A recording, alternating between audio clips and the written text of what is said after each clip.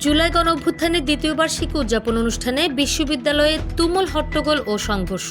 সেমিনারে প্রবেশকে কেন্দ্র করে ছাত্রদলের সাথে জোকসু এবং জাতীয় ছাত্রশক্তির নেতাকর্মীদের মধ্যে ঘটেছে ধাওয়া পাল্টা ধাওয়া ও মারামারির ঘটনা। মঙ্গলবার বেলা 11টার দিকে বিশ্ববিদ্যালয়ের মিলনায়তনে অভ্যুত্থানের বার্ষিকী উপলক্ষে আয়োজিত সেমিনারে প্ল্যাকার্ড হাতে প্রবেশ করতে যান জোকসু ও ছাত্রশক্তির নেতাকর্মীরা। দ্বিতীয় ক্যাম্পাসের কাজ, অস্থায়ী হল এবং মেডিকেল সেন্টারের সুবিধা বৃদ্ধির দাবিতে ইউজিসি চেয়ারম্যানের দৃষ্টি আকর্ষণ করতে চেয়েছিলেন তারা। ঠিক তখনই মিলনায়তনের সামনে বিশ্ববিদ্যালয়ের শাখা ছাত্রদলের নেতাকর্মীদের সঙ্গে ধাক্কাধাক্কি শুরু হয়। প্রাথমিক ধাক্কাধাক্কির পর জোকসু নেতারা মিলনায়তনের বাইরে অবস্থান নেন। তবে সেমিনার শেষে সবাই বের হয়ে যাওয়ার পর শহীদ মিনারের সামনে আবারও দুই পক্ষের মধ্যে রক্তক্ষয়ী মারামারি বাধে। এতে আহত হন জোকসুর সাধারণ সম্পাদক আব্দুল আলিম আরিফ, কার্যনির্বাহী সদস্য আব্দুল্লাহ আল ফারুক, ছাত্রশক্তির সভাপতি শাহিন মিয়া ও সাধারণ সম্পাদক ফেরদৌস শেখ সহ বেশ কয়েকজন। ছাত্রশক্তির সভাপতি শাহিন মিয়া অভিযোগ করেন, ছাত্রদলের নেতাকর্মীরা পরিকল্পিতভাবে তাদের উপর হামলা চালিয়েছে।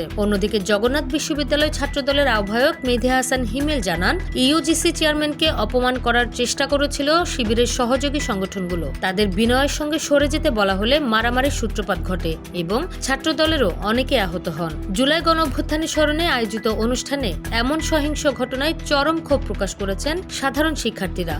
নিউজ ডেস্ক, খোলা কাগজ, ঢাকা।